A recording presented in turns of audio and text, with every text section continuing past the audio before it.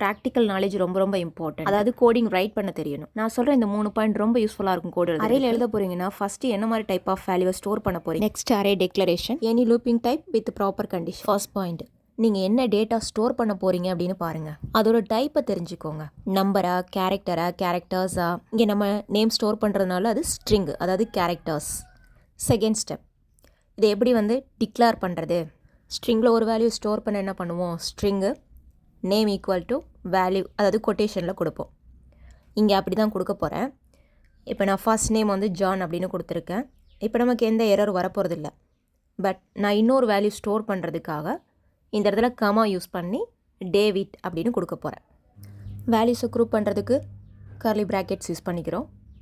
Array டைப்பை மாற்றுறதுக்காக data type பக்கத்தில் நம்ம square bracket use பண்ணிக்கிறோம். வீடியோ ஃபுல்லாக பாருங்கள், தெளிவாக புரியும்.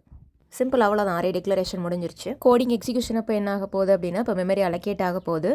அதாவது 2 வேல்யூவை ஸ்டோர் பண்ணுறதுக்கு நேம் அப்படிங்கிற நேமில் மெமரி அலோகேட் ஆகும். ஸோ இப்போ first value John, second value David. இது ரெண்டுத்துக்கும் இண்டெக்ஸ் நம்பர். ஜானோட இண்டெக்ஸு 0, டேவிட்டோட இண்டெக்ஸ் 1.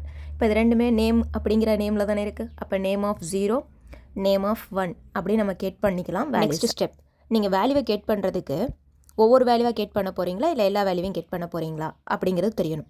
எல்லா வேல்யூ வேணும் அப்படிங்கிறதுனால இங்கே என்ன பண்ண போகிறோம் அப்படின்னா லூப்பிங் யூஸ் பண்ண போகிறோம். லூப்பிங்கில் கண்டிப்பாக நம்ம டேட்டா டைப் கொடுக்குற மாதிரி இருக்கும். ஸோ அப்போ இங்கே இருக்கக்கூடிய இண்டெக்ஸ் வேல்யூ நம்பரில் இருக்கிறதுனால இண்டிஜரில் கொடுக்க போகிறோம். ஓகே, ஸோ நான் லெஃப்ட்டில் 2னு போட்டிருந்தேன், அதை நான் எக்ஸ்பிளைன் பண்ணுறேன். ஃபார்வர்டஸ் இண்டெக்ஸு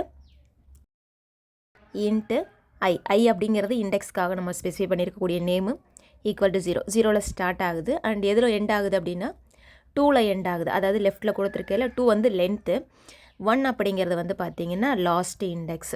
ஸோ நீங்கள் இதில் 2ஐயும் யூஸ் பண்ணலாம், இல்லை அப்படின்னா 1ஐயும் யூஸ் பண்ணிக்கலாம் தாராளமாக. நான் இந்த இடத்துல 2 தான் யூஸ் பண்ணுறேன். 2ஐ நான் டேரெக்டாக யூஸ் பண்ணாமல் less than name dot length அப்படின்னு கொடுக்குறேன். அப்போ நேம் டாட் லென்த்னா அங்கே 2 இருக்குது அப்படின்னு அர்த்தம். ஓகே, அடுத்து இது ஃபார்வர்டில் தான் இருக்குது. ஸோ 0லேருந்து 2 வரைக்கும் போகிறதுனால இன்க்ரிமெண்ட் பண்ணியிருக்கேன். இப்போ வேல்யூஸ் உள்ளே பிரிண்ட் பண்ணுறதுக்காக கன்சோல் ஸ்டேட்மெண்ட் கொடுத்துருக்கேன். இந்த இடத்துல நான் நேம் அப்படின்னு கொடுத்தா மொத்தமாக நமக்கு என்ன ஆகாதுன்னா வேல்யூ பிரிண்ட் ஆகாது.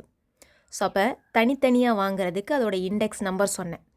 0th இண்டெக்ஸு, ஃபஸ்ட் இண்டெக்ஸ் அப்படின்னு சொன்னேன்.